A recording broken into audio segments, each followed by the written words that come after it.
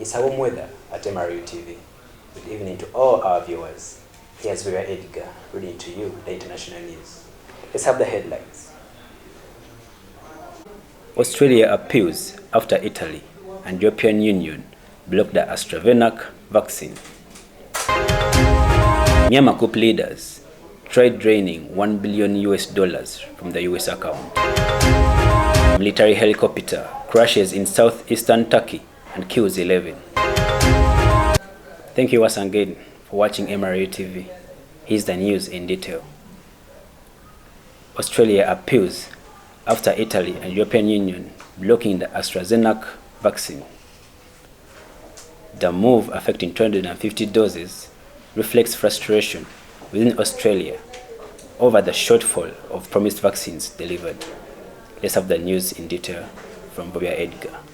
Australia said it had asked for a review after its shipment of 250,000 AstraZeneca vaccines was blocked from leaving the European Union in the first use of an export control system designed to ensure big pharma companies respect their contracts. Italy's orders of blocking the 250 doses was accepted by the European Commission, which fiercely criticized the Anglo-Swedish company this year for the supply of just a fraction of a vaccine doses it had promised. Australia has raised the issue with the European Commission through multiple channels, and in particular, we have asked the European Commission to review this decision. Australia Health Minister Greg Hunt told the reporters in Melbourne this morning. Via Edgar, MRU TV. An army helicopter crashed in southeastern Turkey on Tuesday, killing 11 military personnel and injuring 2 others in defensive military. Let's have the news in detail from Kato Hassan. An army helicopter crashed in southeast Turkey on Thursday, killing 11 military personnel and injuring 2 others. The defense ministry said the Cougar-type helicopter crashed near the villages of Sekemesi, close to the town of Tatuani, in the predominantly Kurdish-populated Bitlis provinces. It was on its way to Tatuani from the nearby province of Bengal when authorities lost contact with it 2:25 p.m. The ministry said 9 of the victims died at the crash site, while 2 died of their injuries in hospitals, officials said. The victims included Lieutenant General Osman Abbas, an Army Corps commander, said Devlet Bahel, the leader of Turkey's main nationalist party. The defense ministry described the clash as accidental, but it didn't elaborate. Turkish media reports said Defense Minister Halus Akal, Interior Minister Suleyman Soyul, and senior military figures were traveling to the site of the crash. The European Union and the United States immediately offered to the NATO ally. The Turkish diplomatic source, NATO Secretary General Jens Stoltenberg, offered his condolences in a telephone call with Foreign Minister Mevlut and added the alliance stood in solidarity with Turkey. The Royal Guardian is already out. Get your copy every day. Stay informed. It has international, local, sports, and everything you need to know about everyday life. Let's go for a short commercial break. We shall be right back. A glance at the aim of regionalism empowerment. When you take a sport or either take a deep look at the way the AIMA Regionalism Department is devoted to the practice. It is hands-on to every participant and backed by the well-stocked studios of Royal FM and AIMA TV. The department has fed the global practice with outstanding personnel backed by professionals in the practice, and it is seen from the products of the different students. Take a glance at every sector. The Royal FM has all the required machines and personnel to release a well-backed student. The MRO TV now has some of the most competitive programs in the media world. It is Mutesa One Royal University Journalism Department.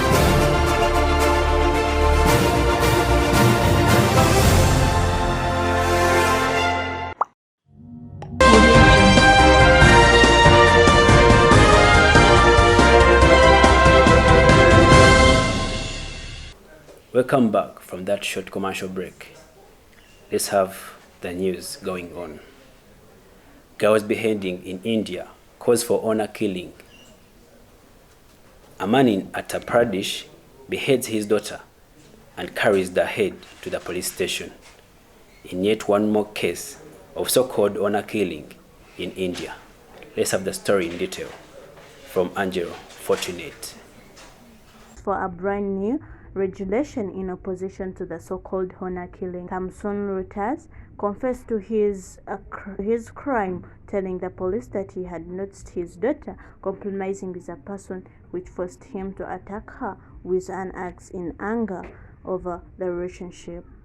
All this happened on Wednesday when he saw her with someone. Anurag Vatis, the police spokesperson of Holida district in northern Uttar Pradesh state, advised the basis on Thursday as the investigations are still going on. Pictures of Somthon have been shared blood on social media, uniting calls for girls campaigners for a particular regulations in opposition to honor killings to assist, defend potential victims and enhance police investigation. Human rights teams say that thousands of ladies are killed throughout South Asia and the Center East annually. It is said that last month a girl was burned alive by relatives over an interfaith relationship. Girls in India are seen as an indication of household honor, which leads to such crimes.